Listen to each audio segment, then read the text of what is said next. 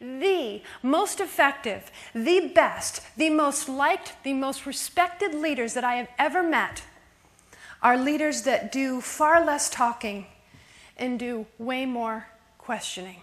They're constantly asking questions and trying to figure out what I can learn from you. What do you know? How can you help me better understand that? Instead of, sometimes as leaders we think we got to go in and know all the answers. The best leaders are the leaders who go in and ask all the questions, because the people who are really working on the front line, who are really working and doing the day-to-day details, those are the people who know so much. Well, the best example that I have of that is this ship. This is the USS Benfold. It's a $1 billion Navy warship, the most lethal in the Pacific Fleet. This ship was commanded by this handsome man, Mike Abrashoff. Anybody know Mike Abrashoff's story? We got the chance to know Mike Abrashoff when we were doing the research for our Guts book, and he was stationed in San Diego for a while. And this is Mike Abrashoff's story. It's a pretty amazing story. What happened is he was on the dock in San Diego taking command of the USS Benfold, and it was a traditional change of command ceremony. Abrashoff was on the dock, and there were 320 or so sailors on the ship with the previous commander, his predecessor. But what Abrashoff witnessed, it changed his life. It changed his approach to leadership, because what he saw is 320 sailors cheering the departure of the previous commander. Yeah. That would be a big, huge ouch. And Abrashoff takes a look at the situation. He goes, oh, shoot, that's my ship.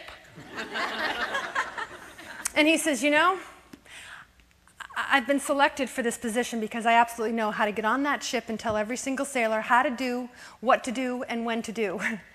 He said, but I'm not thinking that's going to work. Because if you think back about the data that I shared with you in the very beginning, there were 320 people who were actively disengaged, cheering the departure of the previous commander off. So he's thinking, I got to change this. So what does he do? He decides to ask questions. He decides to take a huge risk. So he invites members, all of the sailors, into his chambers, and he says, what are your goals? What are your visions? What's your dream? Who did you leave back at home? Of all things, why did you decide to join the Navy? And you know what the majority of people answered? I want to do something heroic. I want to give back. I want to serve. So Abrashoff tucked that away.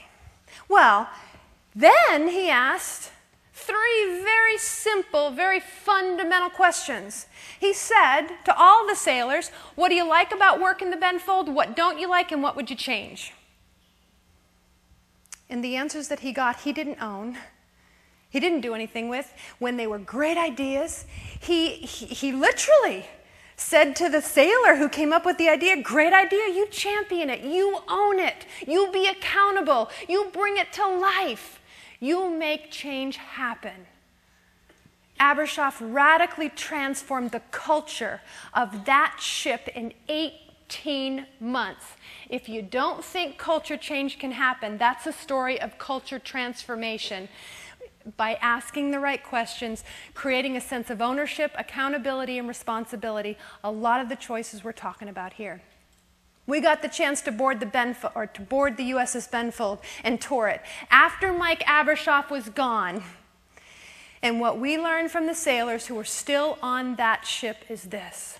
When Abrashoff left, there was not a dry eye on that ship. Those sailors absolutely loved working under the command of Mike Abrashoff. This is what he told us one day at a lunch. He said, I consider it my job to improve my little 300-person piece of society, that's as much a part of the bottom line, as operational readiness.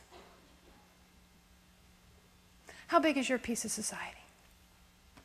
Is it 3 people? Is it 13 people? Is it 30 people? It doesn't matter how small or how big it is. The question is, have you considered it your role to improve, to influence your piece of society like Mike Abrashoff did? He risked, but But that ship gained so much. Not only that ship, but the candor that those sailors had the freedom to share with a commanding officer and then had the freedom and the opportunity to execute on. It returned millions and millions of dollars back to the United States Navy and has really transformed many approaches, many operational efficiency issues within the Navy. So candor makes a difference. And then, here's another story. Here's a guy, Jimmy Blanchard, the chairman of Synovus Financial, another 100 best company to work for.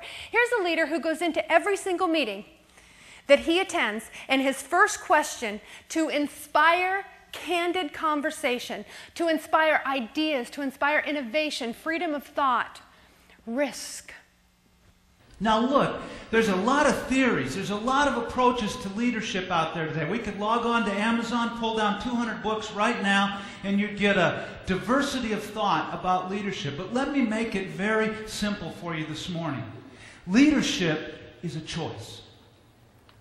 Every day, you and I are confronted with opportunities, multiple opportunities, to step into the breach and to lead, to inspire a coworker who needs encouragement, to kick somebody in the butt that needs to rise to a higher level of performance, to stand up in a meeting and call BS in favor of a better way, to step up to the plate and swing hard for a member or a sponsor who wants to try something radically different to improve your association. And in each of those cases, whether or not we capitalize on those opportunities is our choice, right?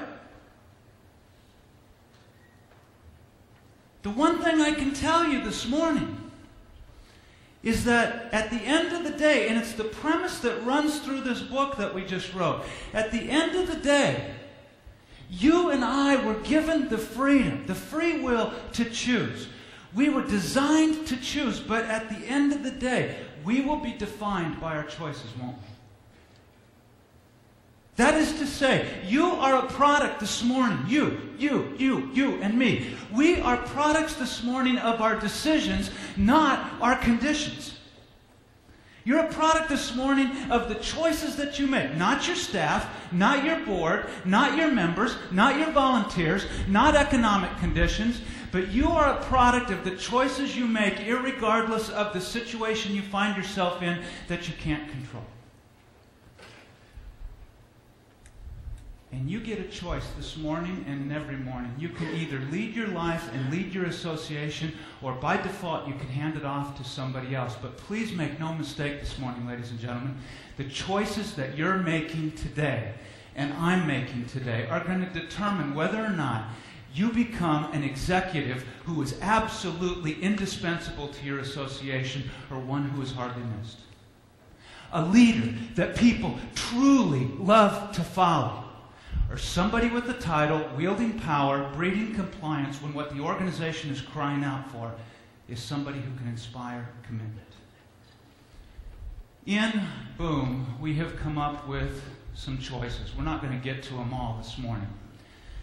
But these choices, I believe, if you will embrace, will not only empower your staff to take more ownership for the success of your association, it will help you breed a commitment and a sense of accountability into the DNA of your culture and your association. And I believe it will help take your association to a higher level of performance.